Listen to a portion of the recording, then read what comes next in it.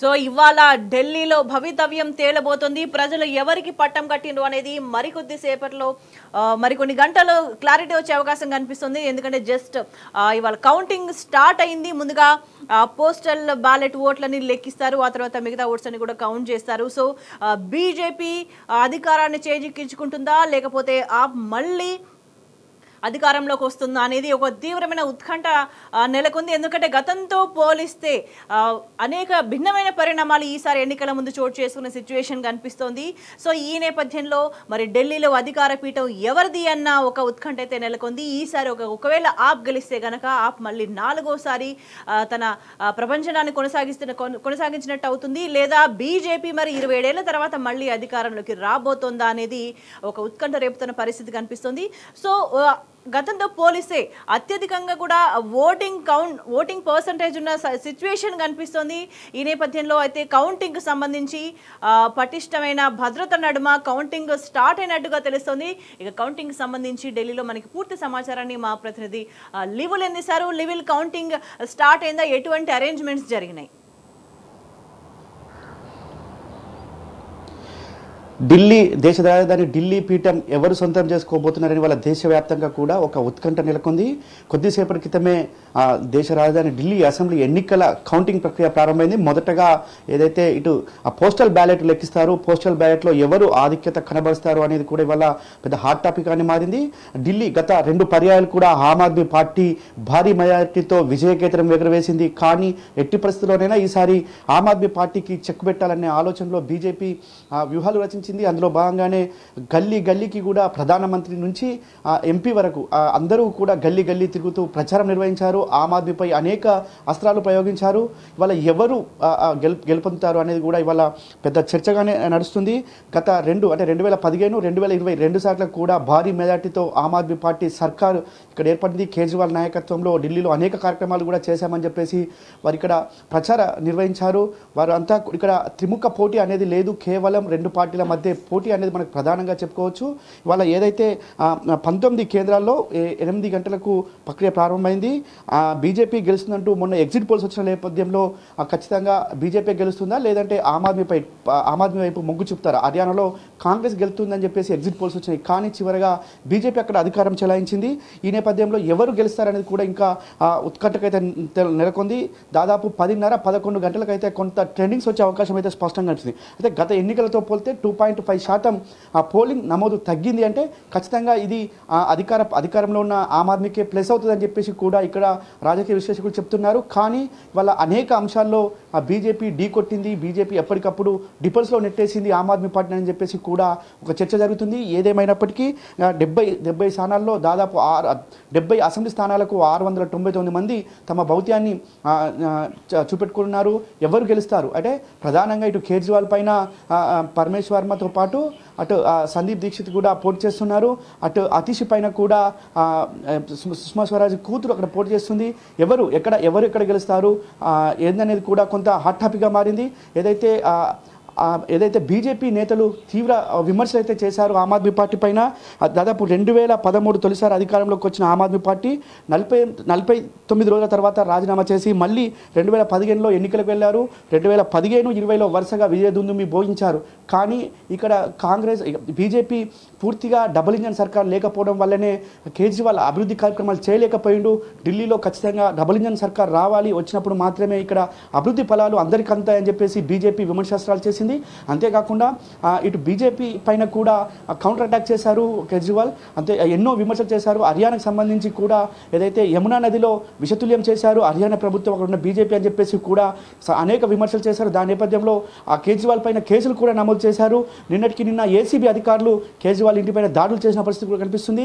ఎవరు గెలుస్తారనేది ఇంకా కూడా ఉత్కంఠే ఉంది. ఎందుకంటే అధికార పార్టీ ఇటు కేంద్రంలో ఉన్న అధికార పార్టీ రెండూ కూడా నువ్వా నేనన్న పోటీ అయితే తీవ్రంగా ఉండనుంది. ఎదురైనా ఎన్ని అడ్డంకులు ఎదురైనప్పటికీ కూడా ఆమ్ ఆద్మీ పార్టీ ఢిల్లీ ప్రజలకు మేము ఒక ట్రాన్స్పరెన్సీగా వెళ్తున్నాము, మమ్మల్ని నమ్మండి అంటూ నిజంగా కేజ్రీవాల్ రాజీనామా చేసి మళ్ళీ ఎన్నికలు ఇప్పుడు వచ్చిన పరిస్థితి కనిపిస్తోంది, ముందుకెళ్ళిన పరిస్థితి కనిపిస్తుంది. అంటే ప్రజల్లో ఎటువంటి అభిప్రాయం ఉండబోతుంది అంటే మూడు సార్లు గెలిచిన తర్వాత ఆ క్రెడిబిలిటీని మేము ఇట్లానే ఉంటాం కాపాడుకుంటాం అనే వైపు ప్రజలు మొగ్గు చూపే పరిస్థితి కనిపిస్తుందా? ఇంకొక వైపు బీజేపీ మాకు 50 సీట్లు వస్తాయని మాట్లాడుతున్న పరిస్థితి కనిపిస్తుంది. కానీ మ్యాజిక్ ఫిగర్ అంటే 36 సీట్లు ఎవరికి వచ్చే అవకాశాలు ఎక్కువగా కనిపిస్తున్నాయి, ఎవరికి ఎడ్జ్ ఉంది, లేకపోతే నెక్ టు నెక్ ఉండే ఛాన్సెస్ ఎక్కువ కనిపిస్తున్నాయా? ఈ బీజేపీ గెలిచినా ఇటు ఆమ్ ఆద్మీ పార్టీ గెలిచినా ఎవరు గెలిచినా 4-5 సీట్ల తేడాతోనే విజయం సాధించే అవకాశాలు కనిపిస్తున్నాయి. ఒకవేళ ఆమ్ ఆద్మీ పార్టీ అదేవిధంగా 4-5 సీట్లతో గెలిస్తే ఖచ్చితంగా ఏదో ఒక రోజు బీజేపీ మళ్ళీ అధికారం చెలాయిస్తుందనే వార్తలు కూడా ఇక్కడ జోరందుకున్నాయి ఢిల్లీ రాజధానిలో, దేశ రాజధాని ఢిల్లీలో. అంతేకాకుండా గతంలో అంటే క్లాస్ పీపుల్స్ అంతా కూడా బీజేపీ వైపు మొగ్గు చూపారు, మాస్ పీపుల్స్ అంతా కూడా ఆమ్ ఆద్మీ వైపు యథావిధిగా ఓటు వేశారు. అయితే ఈ పోలింగ్ శాతం తగ్గడం కొంత మరింత ఉత్కంఠకు తెరలేసింది. అది ఎవరికి ప్లస్ అవుతుంది, ఎవరికి మైనస్ అవుతుంది దానిపైన ఉంది. అంతే ఇక్కడ కాంగ్రెస్ పార్టీ కూడా పూర్తిగా వీక్ అవడంతో అది ఆ వ్యతిరేక ఓటు ఎవరికి పడుతుంది, ఇతర పార్టీలు కూడా పోటీ చేశాయి, వారికి నెగిటివ్ ఓటు ఎవరికి పడుతుంది, ఆ ఓట్లన్నీ కూడా ఎట్లా స్ప్లిట్ అయ్యాయన్న దానిపైన కూడా జోరుగా చర్చ జరుగుతుంది. ఎవరు గెలిచినా 4-5 సీట్ల మెజార్టీతోనే ఇక్కడ అధికారం చెలాయించే అవకాశం అయితే మన ప్రధానంగా కనిపిస్తుంది. నిన్న ఎప్పటికప్పుడు ఈ ఢిల్లీ అసెంబ్లీ ఎన్నికల కౌంటింగ్ ఉన్న నేపథ్యంలో ప్రధానమంత్రి సైతం ప్రత్యేకంగా పర్యవేక్షిస్తున్నారు. బీజేపీ హెడ్ క్వార్టర్లో ప్రత్యేకంగా ఏర్పాటు చేశారు. అక్కడ నుంచి అన్ని కౌంటింగ్ సెంటర్ నుంచి ఫీడ్బ్యాక్ తీసుకుంటూ ముందుకెళ్లే అవకాశం అయితే కనిపిస్తుంది. ఇప్పటికే ఆమ్ ఆద్మీ పార్టీ సైతం తన ఎమ్మెల్యేలకు సంబంధించి గెలిచిన ఎమ్మెల్యేలు పోకుండా అడ్డుకునేందుకు కూడా విషయాల ప్రయత్నం చేస్తుంది. బీజేపీకి ఎట్టి పరిస్థితుల్లో మనం అమ్ముడు పోవద్దు, ఢిల్లీ ప్రజలకు మళ్ళొక్కసారి మనమే బాసరగా ఉందామని చెప్పేసి ఆమ్ ఆద్మీ పార్టీ చూస్తుంది. కానీ ఇవాళ ఎట్టి పరిస్థితుల్లోనైనా మేము అధికారం చేతపట్టాలి, అధికారం చెలాయించాలి, ఢిల్లీ రాజధానిలో కొడితే ఖచ్చితంగా దేశంలో మొత్తం కూడా మనదన్న దానిలో ఇవాళ బీజేపీ సర్కార్ ఉన్నట్టు, బీజేపీ కేంద్ర ప్రభుత్వం ఉన్నట్టు తెలుస్తుంది. దీనిపై అనేక విమర్శలు కేజ్రీవాల్ పైన కావచ్చు, ఇటు కేసులు కూడా అనేక కేసులు పెట్టారు, ముందటి నుంచే వ్యూహం పొందారు. ఎన్నికలకు ఒక 2-3 ఇయర్స్ నుంచేలే ఆమ్ ఆద్మీ పార్టీని బలహీనపరుస్తూ వచ్చారు. ఈ నేపథ్యంలో ఇవాళ ఎవరు గెలుస్తారనేది కూడా కొంత చర్చనీయాంశంగా మారింది. ఏదేమైనప్పటికీ 10 గంటల తర్వాత ఫలితాలు అయితే వెలువడిన అయితే సెంట్రల్ ఢిల్లీలో మాత్రం బీజేపీ వైపే మొగ్గు చూపారు ఓటర్లు. ఇటు ఏదైతే ఢిల్లీ అవుట్స్కర్ట్స్లో మాత్రం ఆమ్ ఆద్మీ వైపే మొగ్గు చూపారు ఓటర్లు అనేది మాత్రం ప్రధానంగా కనిపిస్తుంది. దాదాపు 1,55,00,000 మంది ఓటర్లు ఉంటే దాదాపు 1 కోటి మంది ఓటర్లు తమ ఓటు హక్కు వినియోగించుకున్నారు. 699 మందికి తమ ఓటు వేశారు. ఈ ఓటు ఎవరికి వేశారు, ఎందుకు, ఎవరి వైపు మొగ్గు చూపారు అనేది మాత్రం 10 గంటల తర్వాత అయితే క్లియర్గా ట్రెండ్స్ వచ్చే అవకాశం ఉంది. స్వేచ్ఛ అయితే లెవెల్ లాంగ్ టైం నుంచి ఢిల్లీలో పట్టు కోసం బీజేపీ కీలకంగా ప్రయత్నాలు చేస్తూ వస్తుంది. సో ఈ నేపథ్యంలో అంటే ఆమ్ ఆద్మీ పార్టీకి సంబంధించి అనేక ప్రచారాలు చేసే ప్రయత్నం కూడా చేసింది. సో వాటన్నిటినీ ప్రజలు నమ్మినట్టుగా భావించాల్సిన అవసరం కనిపిస్తుందా? బీజేపీ చేసిన ప్రచారానికి జరిగిన పరిణామాలను ప్రజలు నమ్మే పరిస్థితి కనిపిస్తుంది. ఎందుకంటే ఆల్రెడీ 3 సార్లు గెలిచింది. కానీ అంటే ఎక్కువ స్వింగ్ ఎటువైపు ఉండే అవకాశాలు కనిపిస్తున్నాయి? ఇవాళ బీజేపీ ఒకటే అస్త్రంగా ముందుకెళ్ళింది. ఆమ్ ఆద్మీ పార్టీ ఏదైతే అవకతవకలు చేసింది, అనేక స్కాములు చేసిందని ఒకటే అంశం పైన ముందుకెళ్ళింది. ఆమ్ ఆద్మీ పార్టీ మాత్రం మేము అనేక కార్యక్రమాలు చేశాం. హెల్త్కి సంబంధించిన ఇన్ఫ్రాస్ట్రక్చర్ డెవలప్మెంట్ కావచ్చు, ఎడ్యుకేషన్ సంబంధించి దేశంలోనే మొదటిసారిగా ఢిల్లీలో ఇంప్లిమెంట్ చేసి పేద విద్యార్థులకు అద్భుతమైన విద్య అందించాం, ఒక మంచి క్వాలిటీ ఎడ్యుకేషన్ వారికి అందించాం. కాబట్టి ఖచ్చితంగా మాదే పీఠమని ఆమ్ ఆద్మీ పార్టీ చెప్తుంది. అయితే ఈ ఏదైతే అస్త్రాలు ఉన్నాయో అంటే స్కామ్లకు సంబంధించి కేజ్రీవాల్ పైన ఆరోపణలు చేసిన స్కామ్లు ఉన్నాయో ఆ స్కాముల ఆరోపణలు ప్రజలు ఎట్లా స్వీకరిస్తారు, ప్రజలు ఎవరి వైపు మొగ్గు చూపుతారు అనే దానిపైన ఇంకైతే ఉత్కంఠ ఉంది. అయితే మొన్న ఏదైతే జార్ఖండ్లో జరిగిన ఎలక్షన్లు ఏదైతే హేమంత్ సోరెన్కి సంబంధించి కూడా ఇదే ఆరోపణలు చేశారు. హేమంత్ సోరెన్కు మళ్ళీ అక్కడ పట్టం కట్టారు. అదేవిధంగా ఇక్కడ జరిగే అవకాశాలు కూడా మనకు కనిపిస్తున్నాయి. ఎవరు గెలిచినా దాదాపు 4-5 సీట్ల మెజార్టీతో మ్యాజిక్ ఫిగర్కు ఒక 4-5 సీట్లు అటు ఇటు ఉండే అవకాశం అయితే మనకు స్పష్టంగా కనిపిస్తుంది.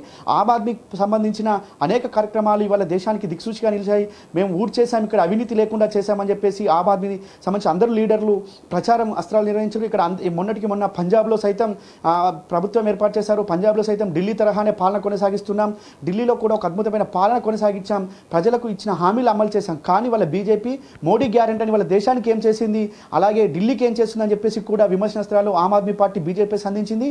ఇక్కడ మోడీ సైతం ఢిల్లీలో ఎలాగైనా గెలవాలి అనే ఒక మీమాంసతో మాత్రం ఆయన ప్రధాని మోడీ ప్రచారం చేసిన దాఖలాలు ఇక్కడ ఉన్నాయి. అయితే ఈ ఢిల్లీలో గెలిస్తే ఖచ్చితంగా మళ్ళీ ఒక్కసారి అయితే 1 నేషన్ 1 ఎలక్షన్ కావచ్చు, ఇతర సంబంధించిన అన్ని అంశాలపైన కూడా పట్టు సాధించవచ్చనే ఆలోచనలో కూడా మోడీ ప్రభుత్వం ఉన్నట్టు తెలుసు. కేంద్ర ప్రభుత్వం ఆమ్ ఆద్మీ మాత్రం ఖచ్చితంగా మూడవసారి విజయదుందుమి మోగిస్తాం, మేమే అధికారంలోకి వస్తామని చెప్తుంది.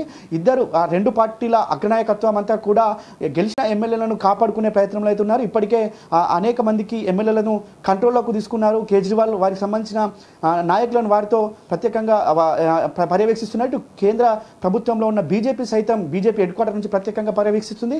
ఏదేమైనప్పటికీ వాళ్ళ ఢిల్లీ పీఠం ఎవరనేది మాత్రం దేశవ్యాప్తంగా ఒక ఉత్కంఠకైతే ఒక 2-3 గంటల్లో బ్రేక్ పడే అవకాశం అయితే కనిపిస్తుంది. స్వేచ్ఛ.